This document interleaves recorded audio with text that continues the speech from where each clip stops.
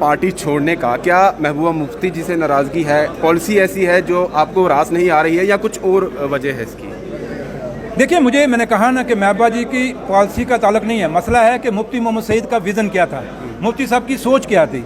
जो मुफ्ती साहब ने जो सोच से, जिस विज़न से ये पार्टी बनाई थी पीडीपी, गाँव के लिए, उन कस्बों के लिए, मिडिल क्लास फैमिलीज़ के लिए, एक पीस विद डिग्निटी लाने के लिए, जो बॉर्डरों पे शांति लाने के लिए, उन मुद्दों से पीडीपी कोसों दूर हो गई है। अब पीडीपी ये कहीं ना कहीं चंद वो जो सरमायादार लोग हैं, या जो लोग जो ड्राइंग रूम पॉलिटिक्स करते हैं वो लोग, या चंद वो लोग जो लैंड माफिया, लैंड ग्रैबर हैं, उनके हाथ चढ़ गई है। तो लिहाजा जब महबूबा जी मुफ्ती साहब की सोच से हट गई, मुफ्ती साहब के विज़न से दूर हो गई, तो हमने कहा ये पीडीपी जब उससे दूर हो गई, हम साथी थे मुफ्ती साहब के, तो मुफ्ती साहब की सोच पे जब वो नहीं चलेगी तो हम भी नहीं चल सकते। तो लिहाजा आज हमने जो सोच बदली, या मेरे लोगों ने बदली, इतने सारे लोगों ने जो है आज रिज़ाइन किया, जब पंचों सरपंचों ने, डीडीसी मेंबर, वीडीसी चेयरमैन सारों ने जो रिज़ाइन किया है, ये सिर्फ और सिर्फ इसी रीज़न से कि भाई कहीं ना कहीं जो लोग हमारे थे, इन लोगों ने जो बुरा वक्त देखा है, बुरा वक्त देख के पीडीपी को खड़ा किया है। तो आज महबूबा जी उससे जब दूर हो गई तो हमने कहा इतना समय क्यों लिया आपने पार्टी से अलग होने का? क्योंकि अगर पॉलिसीज देखी जाए तो काफी लंबे समय से पॉलिसीज पीडीपी की काफी अलग चल रही, तो आपने इतना समय? नहीं, आप मत कहें मुफ्ती साहब के दौर का। मुझे बताएं मुफ्ती साहब की कौन सी पॉलिसी करते हैं? मुफ्ती जी की बात करिए। नहीं, मैं महबूबा जी को छोड़िए, मैं मुफ्ती साहब की बात करूँ। आप मत कहें पार्टी, जब पार्टी कहते हैं, देखिए मैं फिर भी कहता हूँ, मैं कहीं ना कहीं मुफ्ती का आज भी लॉयल हूँ। मैं नहीं कहूँगा आज मुफ्ती साहब ने मुझे एमएलसी बनाया, थोड़ा मैं पार्टी में उनकी तरह नहीं हूँ, मैं आज गाली देना शुरू ना। पीडीपी बुरी नहीं है, आज पार्टी की जो लीडरशिप वो बुरी है, वो गलत कर रही है, वो गलत कर रही है कि गलत रास्ते पे चल पड़ी है, गलत लोगों को बचाने की कोशिश कर रही है।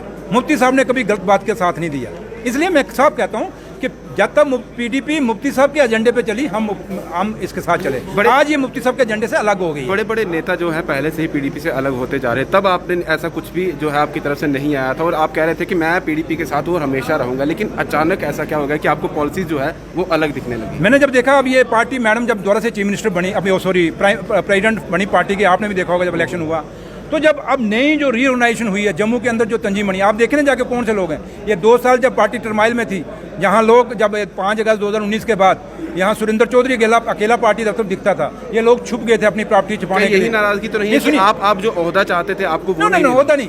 मैं कहता हूँ कि इन लोगों को आपने एडजस्ट किया, लेकिन जो 2019 के बाद जो लोग यहाँ पार्टी दफ्तर आपके साथ चले, मुझे बताएं उनमें से कोई वहाँ एडजस्ट आया? मुझे तो छोड़िए, मुझे तो जनरल सेक्रेटरी बनाया, पीएससी बनाया, और क्या बनाना, खाक बनाना मुझे, लेकिन वो लोग कहीं आए?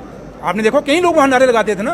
तो इसलिए मैंने कहा कि यहाँ जो लोग जो बुरे दौर में महबूबा जी के साथ चले इन 2 सालों में, वो कहीं नहीं दिख रहे। ये वही लोग जो सरमायादार लोग हैं, जिनके पास पैसा है, वो आज बड़े ओहदों पे आके बैठ गए। आप बड़े नेता हैं पीडीपी के, जम्मू में देखा जाए तो आपके ही नाम से पार्टी चलती है। क्या आपकी जब मीटिंग होती थी आपकी बात नहीं सुनी जाती थी, आपकी बात नहीं रखी जाती थी? ऐसी कोई नाराजगी है क्या है? मेरे छोटे भाई को सुने तो आज हम ये दिन थोड़ा आता, क्योंकि मैं उनमें से हूँ। मैंने आपको कहा ना, आपने खुद कहा कि मैं कहता था मैं पार्टी का हमेशा साथ दूंगा। मैं इस पार्टी में ये सोच के आया था कि जब तक जिंदा हूँ तब तक मैं पीडीपी में रहूँगा, लेकिन आज जब ये हालात आप देख रहा हूँ, मैं इन हालातों में नहीं रह सकता, क्योंकि घुटन हो रही है, सफोकेशन हो रही है। कहीं ना कहीं मैं अपनी आंखों से देख रहा हूँ कि पार्टी बर्बाद हो रही है, तो मुझे क्या जरूरत है, मैं अपने लोगों को क्यों गुमराह करूँ? तो लिहाजा आज रोज बदनामी का घर, कभी कोई अंदर, कभी कोई बाहर, कभी कोई अंदर, कभी कोई, क्या करेंगे? आपने जब 1 हफ्ते से ज़्यादा हो गया है जब आपकी तरफ से ये बात सामने आई थी कि आपको जितने भी ओहदे दिए गए हैं आप उससे अलग होते हैं, इतना लंबे समय क्यों लिया? आप तो एक दिन के बाद ही प्रेस कॉन्फ्रेंस कर सकते थे। क्या आपके दिमाग में कुछ था या ऐसा कुछ था? मेरे दिमाग में ये था कि महबूबा जी मेरे से बात करेंगी, मुझे बुलाएंगी अपने पास, या कोई अपना सीनियर लीडर मेरे पास भेजेंगी। मुझे किसी ने बुलाया नहीं, महबूबा जी ने इवन के कॉल भी नहीं की। तो लिहाजा मैंने सोचा कि महबूबा जी को मेरी ज़रूरत ही नहीं है। इसका मतलब उनको वही ज़रूरत है पैसों वालों की। भैया हमारे पास पैसा नहीं है, लेकिन लोग बहुत है। लोग जितने अभी देखो ना, ये जो आए हैं, ये पैसे से नहीं आए, खरीदे हुए लोग नहीं, ये दिल से आए हुए हैं। इसलिए हमारे पास पैसा नहीं है, लोग बहुत हैं। अब जिनके पास पैसा है उनके पास लोग नहीं होंगे। अगर पैसा देखना है तो फिर अंबानी के साथ ठेका मार लो, उसी को यहाँ मुख्यमंत्री बना दो, पीडीपी उसी का हवाले कर दो। अगर पैसे को देके पार्टी बनाना, आगे क्या कोई और पार्टी क्या? ये लोग फैसला करें। अब सियासत में तो जिंदा रहना है, लेकिन वो मेरे लोग जो फैसला करें, किस पार्टी में जाना, कहाँ जाना, ये लोग फैसला करेंगे। मेरा अपना कोई फैसला नहीं। आपको पता है कि सियासत में अगर लोग हैं तो आप लीडर हैं, अगर लोग ही नहीं है तो आप क्या एमएलए इलेक्शन लड़ेंगे? अगर मैंने 28,000 वोट लिया था तो लोगों को से लिया था, मैंने कोई जादू की छड़ी तो मेरे पास थी नहीं। तो लिहाजा लोगों के पास जाएंगे, लोग जो फैसला करेंगे वहाँ हम जाएंगे। Thank you. तो सीधे तौर पर आप समझ सकते हैं कि जो पार्टी छोड़ने का जो इनका फैसला था वो यही था कि जो पॉलिसीज़ देखी जा रही है पीडीपी की तरफ से, ये उससे नाराज़ थे और लंबे समय से देखा जा रहा है कि ये नाराज़गी चल रही थी।